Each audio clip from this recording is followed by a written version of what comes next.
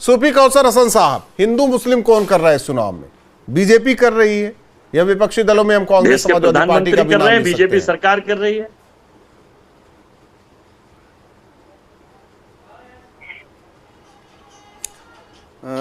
धन्यवाद राहुल जी, काफी समय के बाद मौका देने के लिए। मैं इंतजार कर रहा था। नहीं, अजय वर्मा जी से समय मिले तो बाकी मेहमानों को भी मैं सबसे पहले तो ये जो बयानबाजी हुई है इनके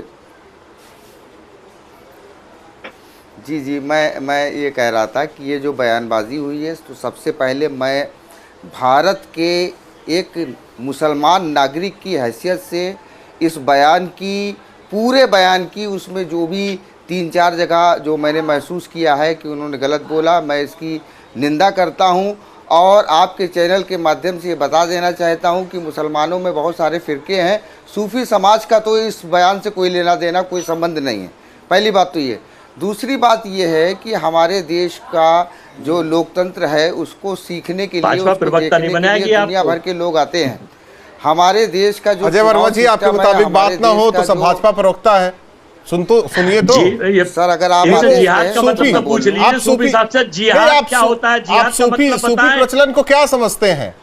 जिन्होंने एक चीज बता दीजिए, सूफी कौसर साहब जिन्होंने ये बयान दिया है वो क्या है, कौन से फिरके में आते हैं वो? हम खुर्शीद साहब की बात करते हैं, वो तो अपने आप को सबसे ऊपर रखते हैं ना। वो किसी भी फिरके में आते हो, लेकिन आप बताइए ना, ये क्लियर कीजिए। वो तो सबसे ऊपर अपने आप को रखते हैं। हमारे समाज से उसका कोई लेना देना नहीं है। कहा तो मुसलमान ही जाता है ना। अब मैं अपनी बात पूरी कर दूं, अगर आप लोग अनुमति दें तो। अजय जी का एक सवाल है, ये वोट जिहाद क्या है, इसकी परिभाषा भी समझा दीजिए। सबसे पहली बात तो ये है कि जी मैं अभी उसी बात पर ही आता हूँ। देखिए, मॉडल कोड ऑफ कंडक्ट, मैं साथ में एक अधिवक्ता भी हूँ जी।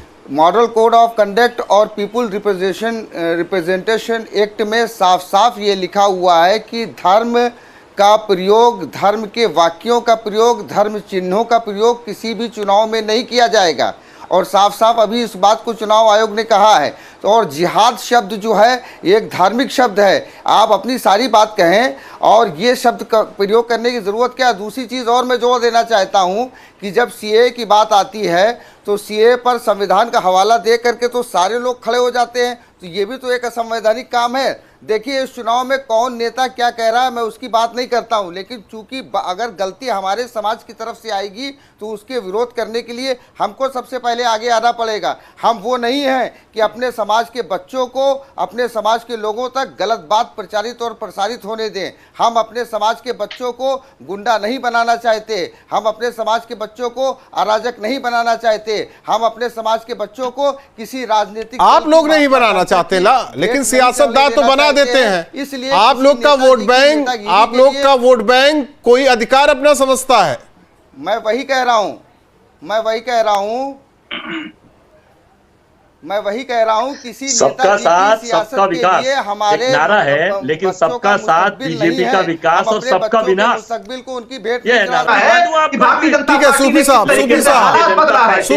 आखिर मुसलमानों का जो वोट है, झूठ बोलता है, जो वोट है मुसलमानों का, कौन सोचता है कि उसका ये अधिकार है? आपको 4 ट्वीट भेज रहा हूँ। ये कौन सोचता है कि उसका अधिकार है? जो जात जमात की सियासत करते थे उनको लगता है कि ये सारा अल्पसंख्यकों का वोट इनका है, लेकिन आज भारतीय आलोक जी, तो दरअसल वो एक व्यक्ति के जो लोकतांत्रिक अधिकार है, संवैधानिक अधिकार है, किसी व्यक्ति के वोट पर अपना अधिकार समझना और अपना अधिकार जताते हुए जबरिया उसको लेना, ये तो मतदाता के संवैधानिक अधिकार का हनन है। वोट का मतलब क्या होता है? वोट का मतलब होता है मत, यानी हमारी राय। हम कौन सी पार्टी अब तक समझती रही? तो हमको कोई जबरदस्ती करके, प्रलोभन दे करके, पहला करके, फुसला करके, देखिए जिन पार्टियों ने अब तक समझा है वो इस बात को बखूबी समझ सकते हैं। उन्हीं की पार्टी की सरकारों के ही सच्चर कमीशन लागू हुआ था। उस सच्चर कमीशन ने मुसलमानों की स्थिति को बता दिया कि वो कितनी बदतर है। पिछले अजय जी की पार्टी थी, कहां लेकर के चले बाहर से सपोर्ट मेजर जी की पार्टी कर रही थी। मतलब अफसोस होता है कि किस प्रकार से मेजर आशीष जी बस ठगा ही मुसलमानों को। आशीष जी आप लिख के दे दो ना पर्चा उन्हें कि ये बोलना है। हाजी जी सूफी साहब को पर्चा लिख के दे दो कि ये ऐसे बोलना है। आईटी सेल का तो पढ़ नहीं पाएंगे क्योंकि उनका तो एजेंडा है झूठ बोलो, तेज बोलो, जोर से बोलो। सूफी साहब को भी नहीं छोड़ेंगे आप लोग, किसी को तो बख्श दीजिए। अरे भैया मेजर साहब दिख रहा है, आरोप लगाना बड़ा आसान होता है, और अगर मैं ये कह दूं कि आकर के सिद्ध कर दीजिए। एक मिनट राहुल जी आप किसकी बात को लेकर कहना चाहता हूं कि जो भी व्यक्ति आरोप लगा रहा है, आरोप लगाना बड़ा आसान होता है। मैं आरोप के अलावा डिबेट में कुछ नहीं कहते। देता हूं आकर के आरोप सिद्ध करिए। मैं सत्यता कहता हूं। सूफी साहब अजय जी आरोप लगाने के अलावा डिबेट में कुछ नहीं कहते, कोई बात ही नहीं करते। मेजर साहब से सीखिए अजय वर्मा जी। मेजर साहब 30 मिनट में यही हालत रही, 30 सेकंड में यही हालत रही। मेजर साहब 30 सेकंड में इनके जो है सूफी साहब 1 मिनट 30 सेकंड।